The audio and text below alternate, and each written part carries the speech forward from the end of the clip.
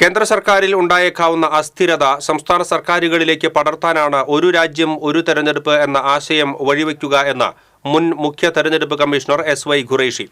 രാജ്യത്തിന്റെ ഫെഡറലിസത്തിനുമേൽ നടത്തുന്ന ആക്രമണമാണ് ഒറ്റ തെരഞ്ഞെടുപ്പ് എന്ന ആശയമെന്നും ഖുറൈഷി. ശാസ്ത്രപ്രചാരകനും രാഷ്ട്രീയ പ്രവർത്തകനുമായിരുന്ന പ്രൊഫസർ CJ ശിവശങ്കരന്റെ 4ാം ചരമവാർഷികത്തോടനുബന്ധിച്ച് CJS ട്രസ്റ്റും കേരള ശാസ്ത്ര സാഹിത്യ പരിഷത്തും കോലഴി ഗ്രാമീണ വായനശാലയും സംയുക്തമായി സാഹിത്യ അക്കാദമിയിൽ സംഘടിപ്പിച്ച CJS സ്മാരക പ്രഭാഷണം നിർവഹിച്ച് സംസാരിക്കുകയായിരുന്നു SY ഖുറൈഷി.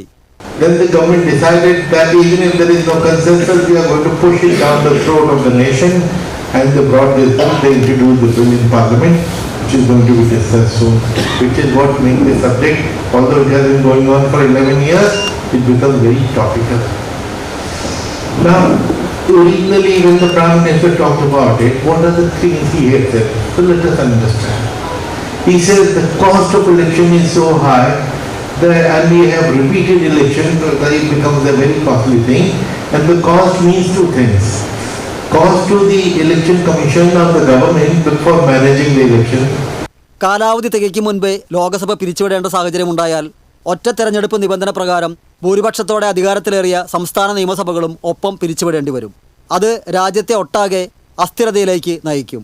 ഇന്ത്യൻ ഭരണഘടനയുടെ അടിസ്ഥാന ഘടകങ്ങളായ ബഹുസ്വരതയെയും മതേതരത്വത്തെയും ഫെഡറലിസത്തെയും പ്രതികൂലമായി ബാധിക്കുന്ന ഒരു ഭേദഗതിയും നടത്തരുതെന്ന സുപ്രീം കോടതി ഉത്തരവിന്റെ ലംഘനമാകും ഒരു രാജ്യം ഒറ്റ തെരഞ്ഞെടുപ്പ് എന്ന പരിഷ്കാരം.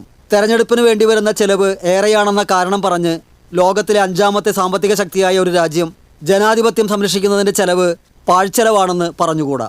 യാതൊരു രാഷ്ട്രീയ ധാർമ്മികതകളും പാലിക്കാത്ത BJP നേതൃത്വത്തിലുള്ള കേന്ദ്ര സർക്കാർ മാനദണ്ഡങ്ങൾ ശരിയാം വിധം പാലിക്കുമെന്ന് പ്രതീക്ഷിക്കാനാവില്ലെന്നും ഖുറൈഷി കൂട്ടിച്ചേർത്തു. കാലിക്കറ്റ് സർവകലാശാല സിൻഡിക്കേറ്റ് അംഗം ഡോക്ടർ കാവുമ്പായി ബാലകൃഷ്ണൻ അധ്യക്ഷത വഹിച്ചു.